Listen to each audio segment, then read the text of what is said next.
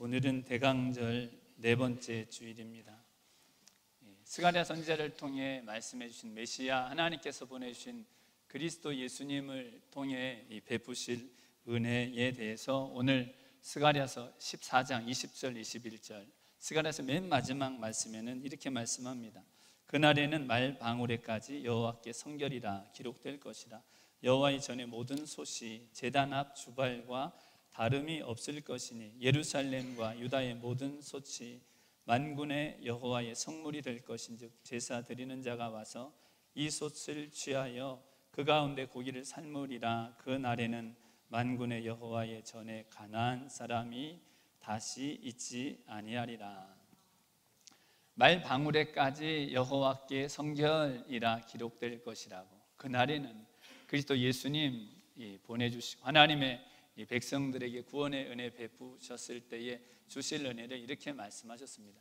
여호와께 성결이라는 문구는 출애굽기 28장에 보면 대제사장이 쓴 이 관에 달린 금패에 새겨진 문구입니다. 출애굽기 28장에 보면요, 하나님께서 모세를 통해서 대제사장의 옷을 아주 아름답게 만들어라, 아주 거룩하게 만들어라, 그렇게 말씀하셨습니다. 속옷도 만들고 예복도 만들고 흉패도 만들고 띠도 만들고 관도 만들어라, 자세히 말씀하셨습니다. 금색실 쓰고 청색실, 홍색실, 자색실 쓰고 좋은 모실을 들여서, 그리고 가슴 흉패는 아주 최고의 보석들을 다 달게 해서 이 대제사장의 예복, 하나님의 성전에서 하나님께 제물을 드리고 하나님을 섬기는 그때에 입을 옷을 아주 거룩하고 아름답게 만들라고 하면서 출애굽기 28장 36절에 보면 그 머리에 쓰는 관에는 금패를 붙이게 하셨는데 그 금패에 바로 여호와께 성결이라고 색이라고 하셨습니다. 금에다가 여호와께 성결, 난 하나님께 온전히 드려진 사람입니다. 코데시, 거룩하다는 단어로 성경에 많이 나온 단어입니다. 세상과 구별돼서 오직 하나님께 영광을 돌립니다. 오직 하나님께 헌신되었습니다. 온전히 하나님께 드려졌습니다. 그와 같은 의미로 여호와께 성결이라고 대제사장이 그 성막 중에서도 가장 거룩한 처소인 지성소에 유일하게 들어간 그 대제사장의 이 관에 그 금패를 붙이게 한 것입니다. 근데 그리스도 예수님 통해 베푸신 하나님의 백성들에게 주신 놀라운 은혜가 그날에는 말방울에까지 여호와께 성결이라고 쓰여질 것이라고 말씀하신 것입니다. 말방울, 여러분, 말방울은 성막하고 관계없는 것입니다.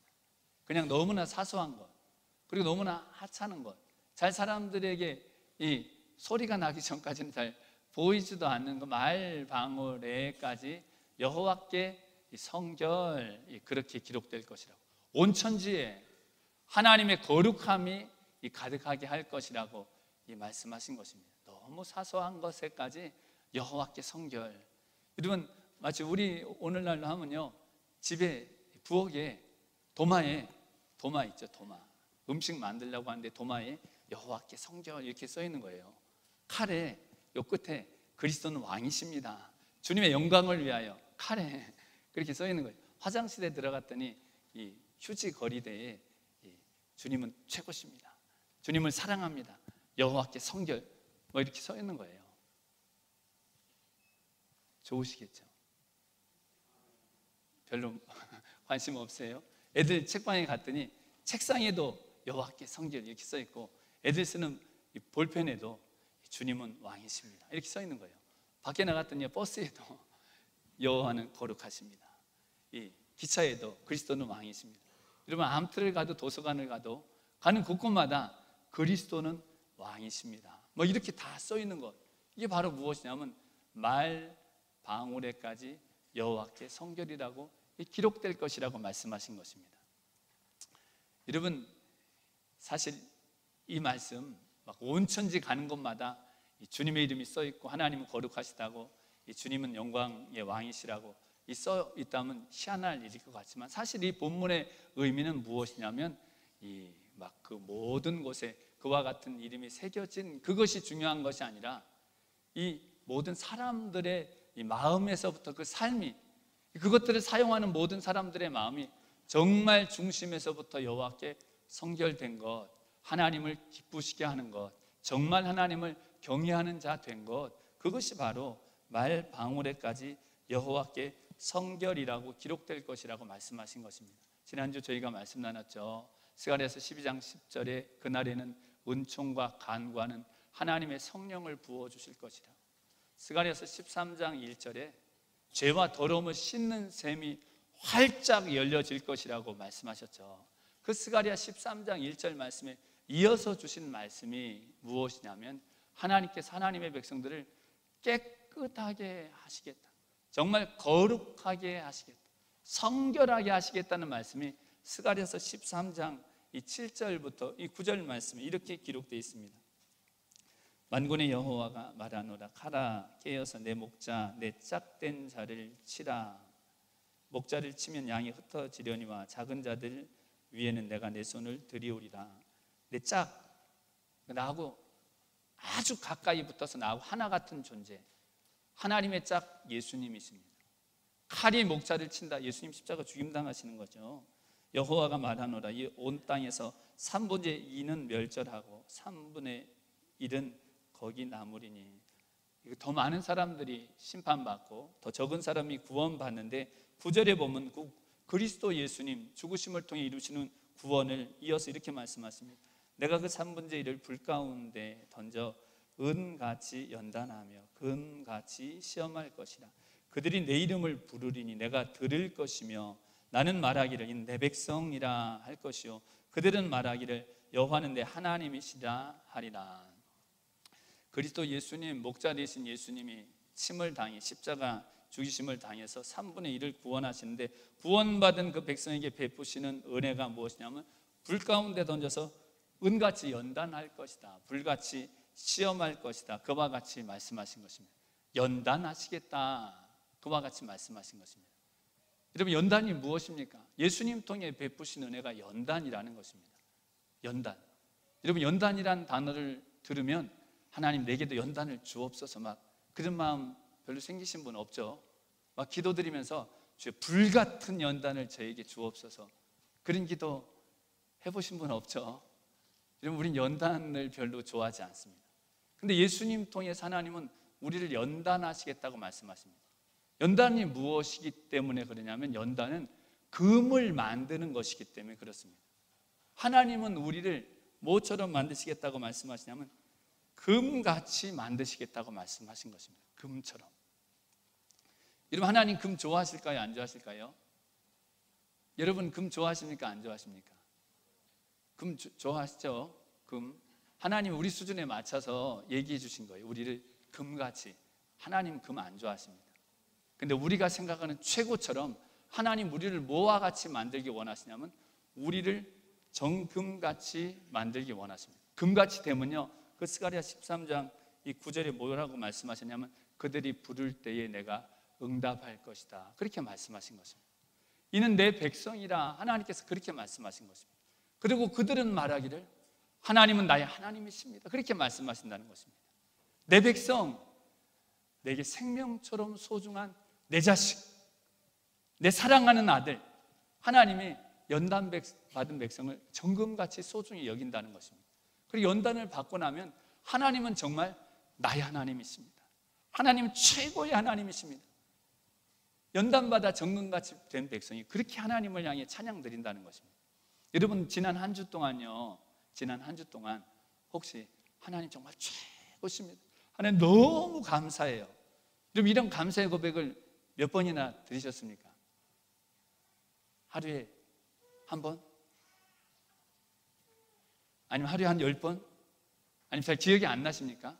여러분, 사실 하나님은 정말 좋으신 하나님이시죠.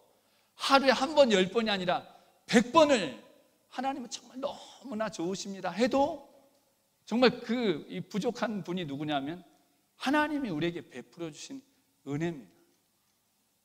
하나님은 정말 놀라운 분이시고 하나님 정말 최고이시고 하나님 정말 감사하는 고백이 사실 숨 쉬는 것처럼 나올 정도로 영광 받으실 분, 은혜를 베푸신 분, 독생자를 주셔서 우리 죄를 위한 화목 제물을 삼으신 분, 바로 우리 하나님이신데, 여러분 그와 같은 고백을 정말 누가 드리냐면 연단 받은 백성, 정금같이 된 백성이 그와 같은 찬양을 드린다는 것입니다.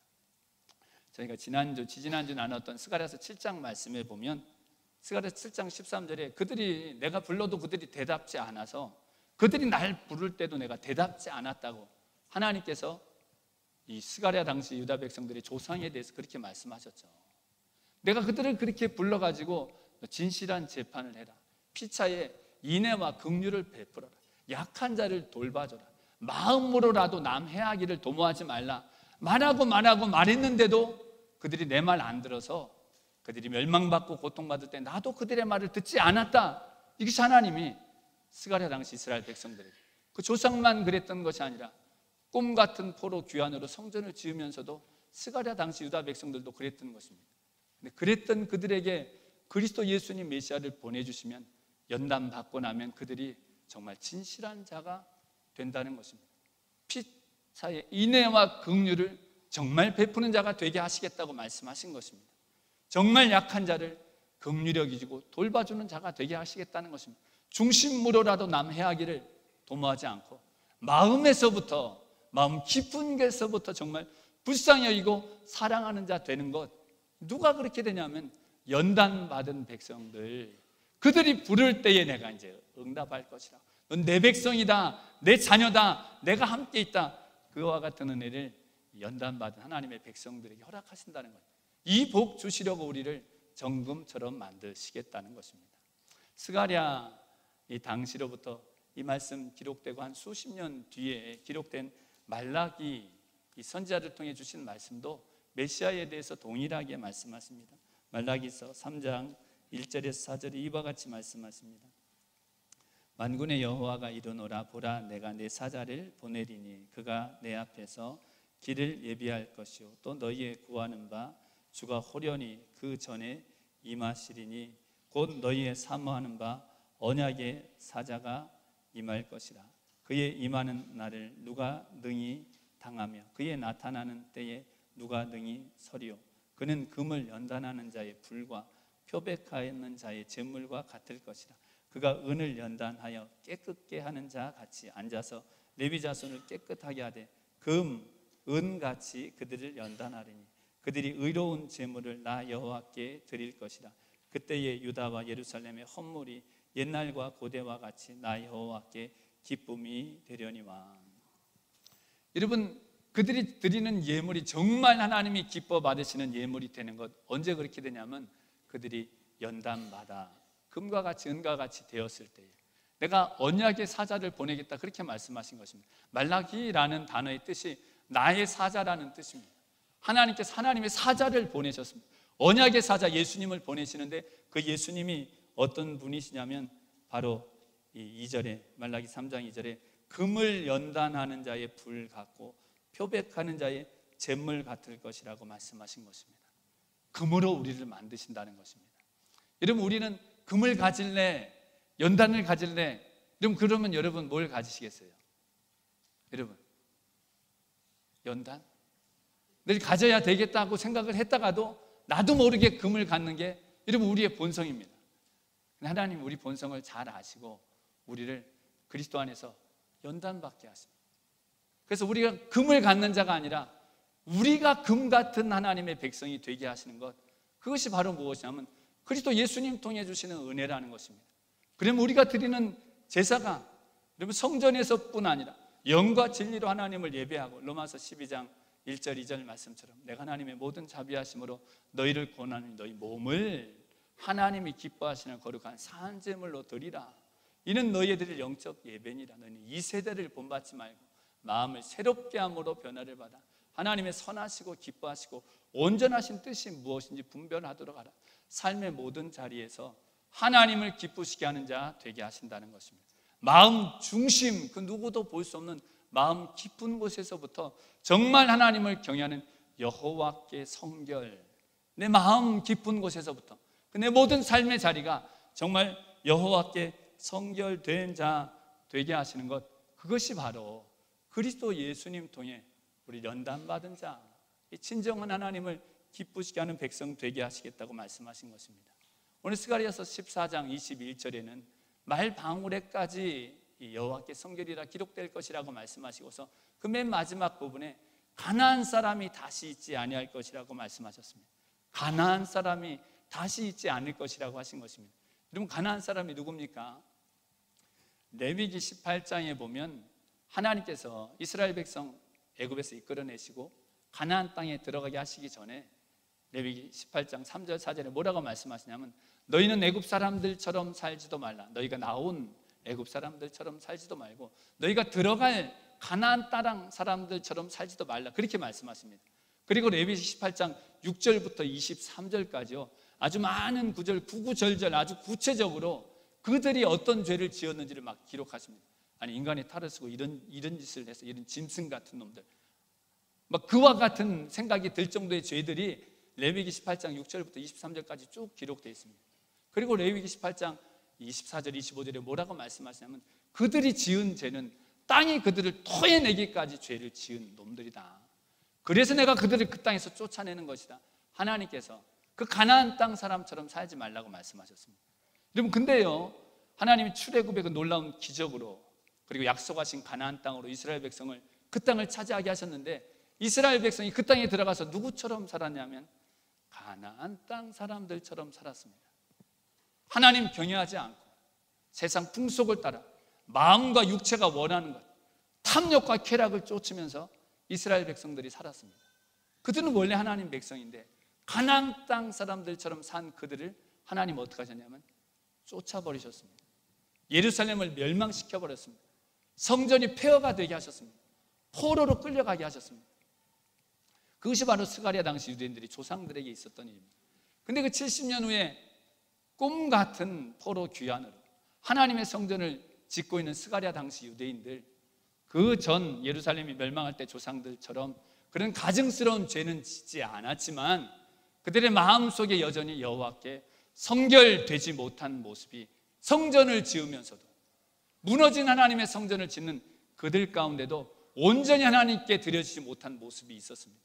그들을 향해서 내가 그리스도를 보내면, 메시아를 보내면 10년 깊은 것에서부터 온 삶이 여호와께 성결된 정금 같은 하나님의 백성으로 만들어 주시겠다고 말씀하신 그 말씀, 저와 우리 성도님들을 향해서도 예수님 보내주셔서 베푸신 은혜, 은총과 간구하는 성령을 부어주시고 죄와 더러움을 씻는 샘이 열려지게 하시고 그리스도 예수님 안에 연단받아 우리를 정금 같은 하나님의 백성, 정말 마음 깊은 곳에서부터 온 삶으로 하나님을 기쁘시게 하는 거룩한 백성 되게 하시는 은혜가 말씀처럼 저 우리 모든 성도님들에게 충만하시기를 예수님의 이름으로 축원드립니다.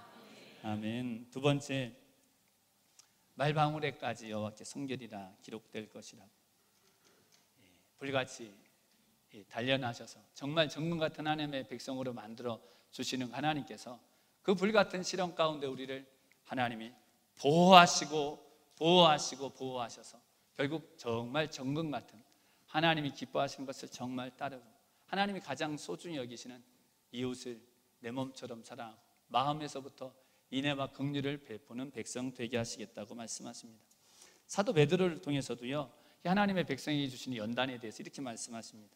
베드로전서 1장 3절에서 7절에 찬송하리로다 우리 주 예수 그리스도의 아버지 하나님이 그 많은 긍휼대로 예수 그리스도의 죽은 자 가운데서 부활하심으로 말미암아 우리를 거듭나게 하사 산 소망이 있게 하시며 썩지 않고 더럽지 않고 쇠하지 아니하는 기업을 있게 하시나니 곧 너희를 위하여 하늘에 간직하신 것이라. 너희가 말세에 나타내기로 예비하신 구원을 얻기 위하여 믿음으로 말미암아 하나님의 능력으로 보호하심을 입었나니 그러므로 너희가 이제 여러 가지 시험을 인하여 잠깐 근심하게 되지 않을 수 없었으나 오히려 크게 기뻐하도다. 너희 믿음의 시련이 불로 연단하여도 없어질 금보다 더 귀하여 예수 그리스도에 나타나실 때 칭찬과 영광과 존귀를 얻게 하려 함이라. 여러분, 예수님 통해 구원받은 하나님의 백성에 대해서 말씀하시면서 진짜 소망, 영원한 소망, 하나님 나라의 산 소망이 있게 하신 그리스도의 구속의 은혜를 입은 하나님의 백성들에 대해서 베드로전서 1장 5절은 그들이 하나님의 능력으로 보호하심을 받는다, 그렇게 말씀합니다. 천국 갈 때까지 하나님의 능력으로 보호하신다는 거예요.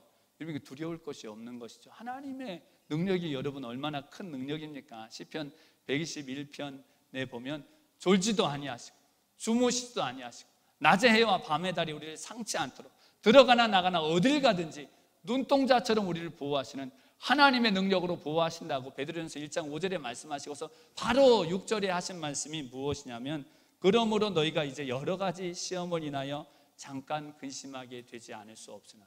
여러분, 하나님이 보호하시는데요, 우리가 고통스러운 일이 있다는 거예요.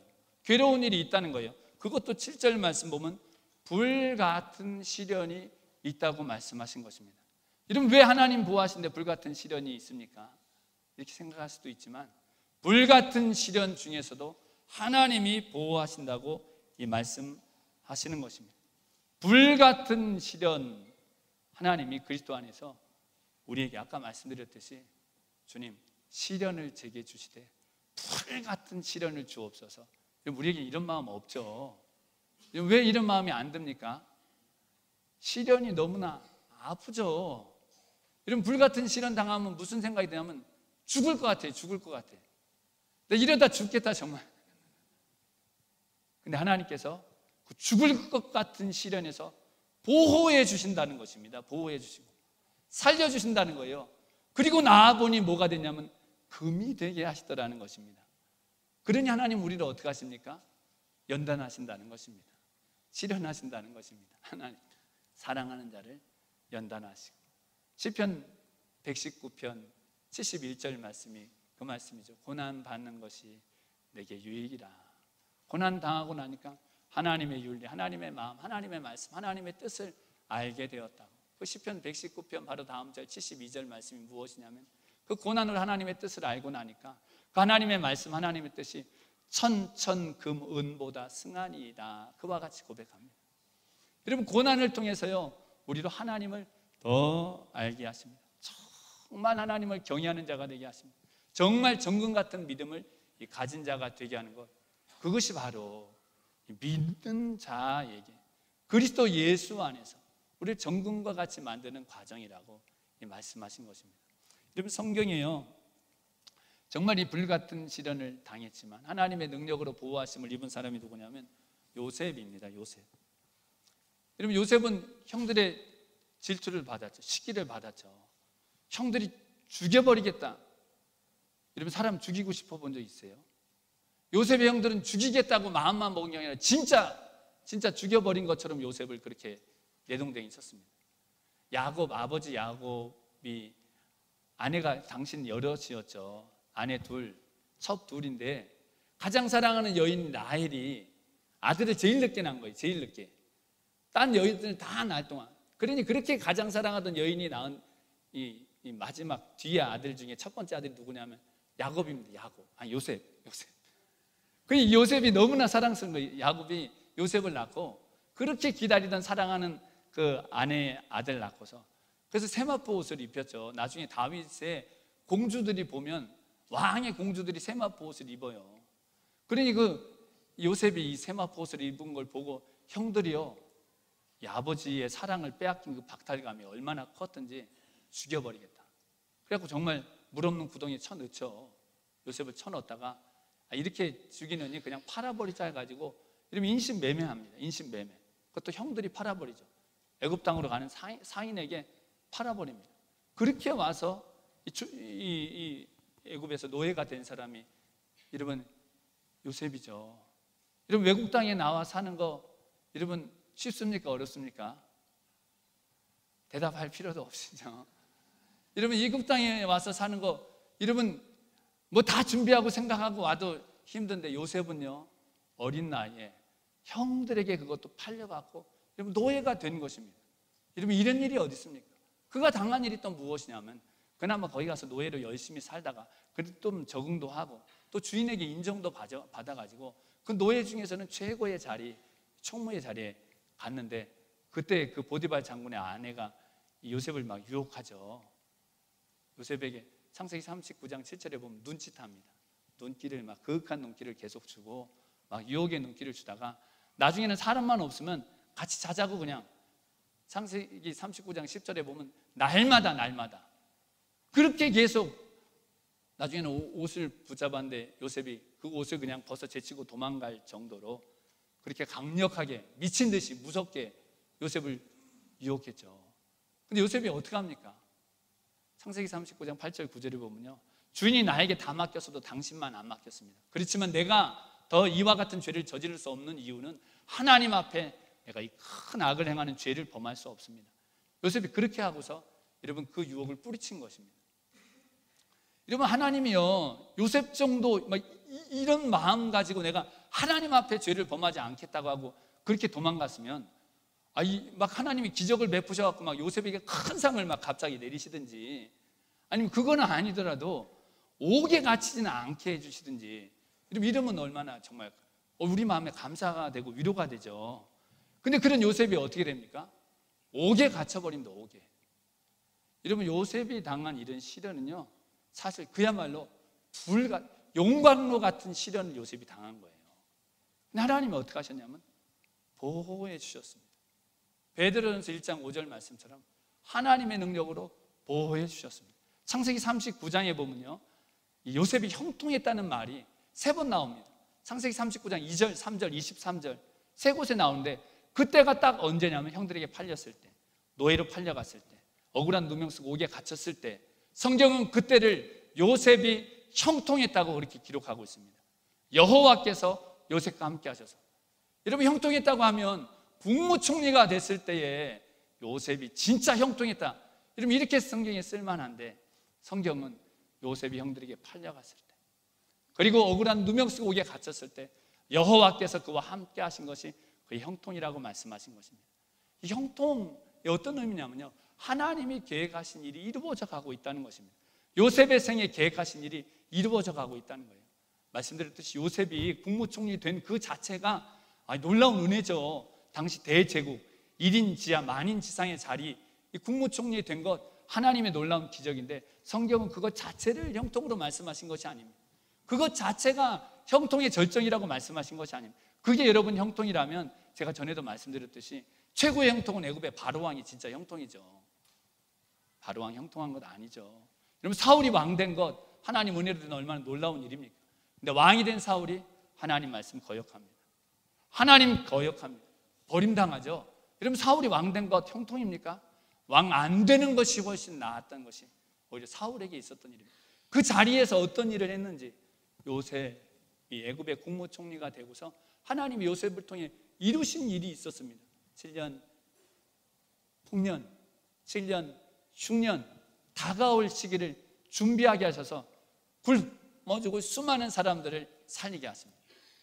그리고 그뿐 아니라 아버지 야곱과 그 형들, 그리고 그의 후손들이 역시 굶어 죽게 될 위기에 애굽 땅으로 들어오게 하죠. 그 일이 장차 하나님이 이스라엘 백성을 애굽에서 번성케 하시고 출애굽으로 하나님의 구원을 이루실, 하나님의 구원의 크신 경륜의 한 도구로 쓰임받게 하십니다. 또 요셉의 생에 하나님이 이루신 그 자리에서 이루신 귀한 일 뭐냐면, 그 원수 같은 형들, 정말 요셉 죽인 거죠.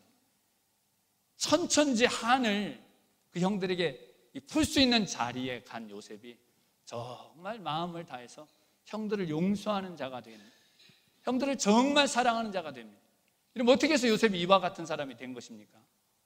불같은 시련 중에, 불같은 연단 중에 하나님의 보호하심, 하나님의 위로하심, 아주 원망하고 절망하고 자살하고 죽어도 10번 100번 더 해야 할 그런 상황에서도 하나님이 그를 찾아 위로해 주시고 마음의 평안을 주시고 붙들어 주시고 하루하루 10년이 넘는 그 노예살이와 옥살이의 생활을 하나님 바라보며 신실하게 살게 하신 하나님, 그 하나님 안에, 하나님의 보호하심 안에 그의 시련이 그를 정금 같은 사람이 되게 하는 것입니다.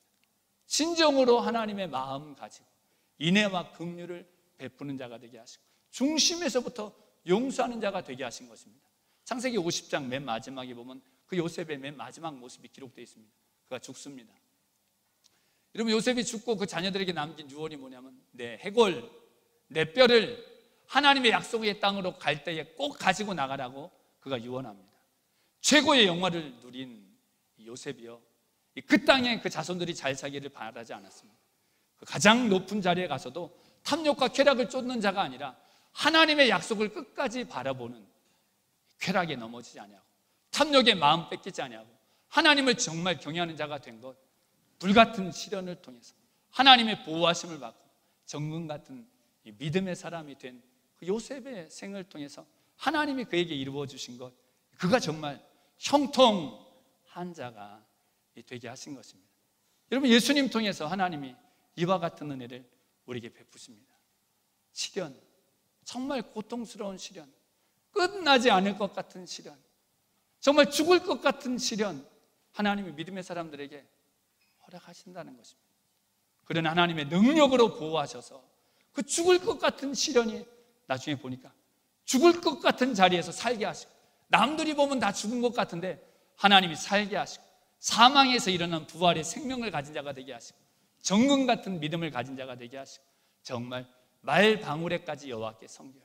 우리 마음 깊은 곳에서부터 모든 삶의 자리에서 하나님을 기쁘시게 하는 중심에서부터 인애와 긍휼을 베풀고, 약한 자들에게 하나님의 사랑을 베풀고 주님의 복음과 사랑을 나누게 하시는 진정한 주님 백성 되게 하시는 이 은혜가 말씀과 같이 저와 우리 성도님들에게 온 교회 가운데 충만하시기를 예수님의 이름으로 축원드립니다. 아멘. 기도드리겠습니다.